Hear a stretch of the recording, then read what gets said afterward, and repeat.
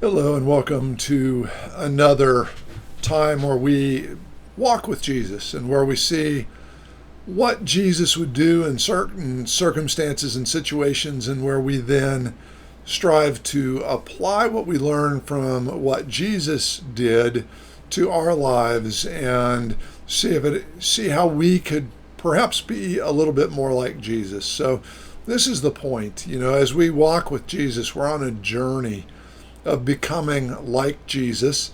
And today, as we're on that journey, we're in the Gospel of Luke, chapter 6, verse 6 and following. It's another Sabbath. And Luke has sort of grouped some of these Sabbath problems together.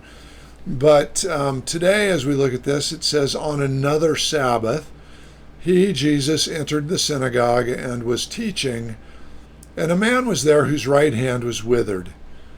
And the scribes and the Pharisees watched him to see whether he would heal on the Sabbath, so that they might find a reason to accuse him. But he knew their thoughts, and he said to the man with the withered hand, "Come and stand here." And he rose and stood there, and Jesus said to them, "I ask you, is it lawful on the Sabbath to do good or to do harm, to save life or to destroy it?" And after looking at them all, he said to him, the man with the withered hand, "Stretch out your hand." And he did so, and his hand was restored. But they were filled with fury and discussed with one another what they might do to Jesus. And notice, I want you to notice that verse 11, but they were filled, it's a conjunction, but joins that which comes before it, but it's called adversive. It changes the direction. You would expect, and I would expect, stretch out your hand, and he did so, and the hand was restored. You would expect, praise God. I mean, a man's hand has been restored. But that's not their response. Their response is they were filled with fury and discussed with one another what they might do to Jesus. This situation, though, we can be angry with the Pharisees. We can see clearly that their response was wrong, and yet I wonder how often we are more like the Pharisees than like Jesus. How often? This is a point that Art Dyer made in our Sunday school class yesterday. And by the way, I would invite you to attend our Sunday school classes. Art Dyer is an amazing teacher, and it's by Zoom, so you can do it anywhere in the world. And that starts on Sundays at 5 in the afternoon Tucson time, which is not Mountain time nor Pacific time. We are Arizona time.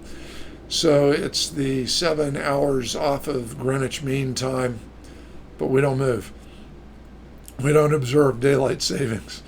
So anyway, that's when it's available. I'd encourage you to do that. Art Dyer in his lesson was talking about the Ten Commandments. It's what we're going through right now, and he was talking about the first word of Jesus, to love the Lord your God. He actually then went to the passage in Matthew where a religious leader is asking Jesus, what's the greatest command? And there was some debate about what the greatest command was. But Jesus answered it, and he said, to love the Lord your God with all your heart, with all your soul, and with all your mind. The second is like it, to love your neighbor as yourself. In where he's quoting from, which is Deuteronomy, it says it doesn't include mind, it includes strength. And as Art Dyer said, perhaps what he was challenging this religious leader, this legalist, to think about is really allow your mind to be transformed so that your actions demonstrate love.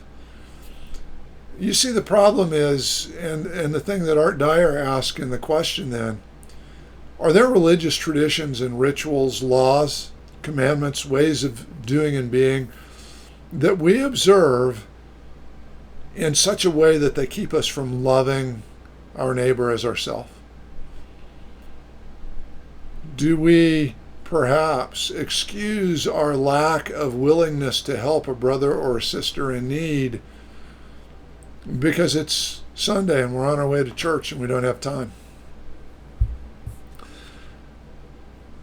Are we prone, like the Pharisees, to putting our rituals and our religion in this box that sort of controls our actions and gives an excuse to us, perhaps, not to be loving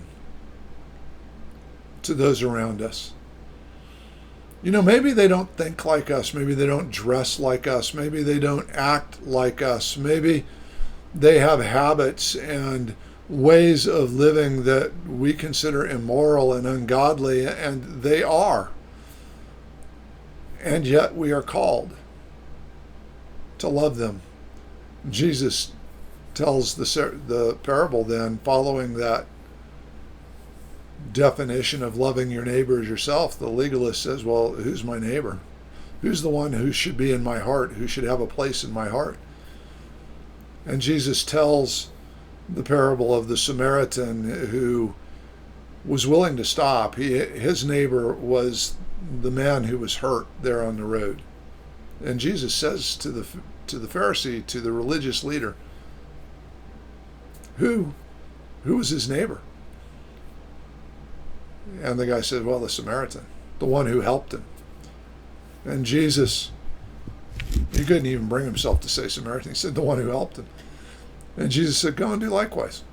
So one of the things that I want us to stop and think about today is, do we have rituals and ways of doing things that actually interfere with us really loving those around us?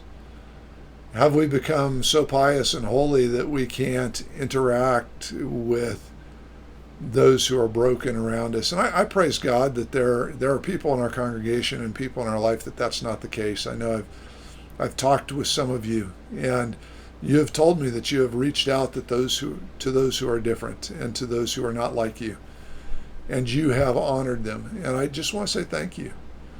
Thank you, but let's be like Jesus. Let's walk with Jesus and be conformed into the image of Jesus. And let's not practice our rituals, our religion, our relationship with God the Father through Jesus Christ the Son. Let's not practice that in a way that deprives our neighbor of our love. Instead, let's love our neighbor as God would have us to have them in our heart and to care for them. God bless you.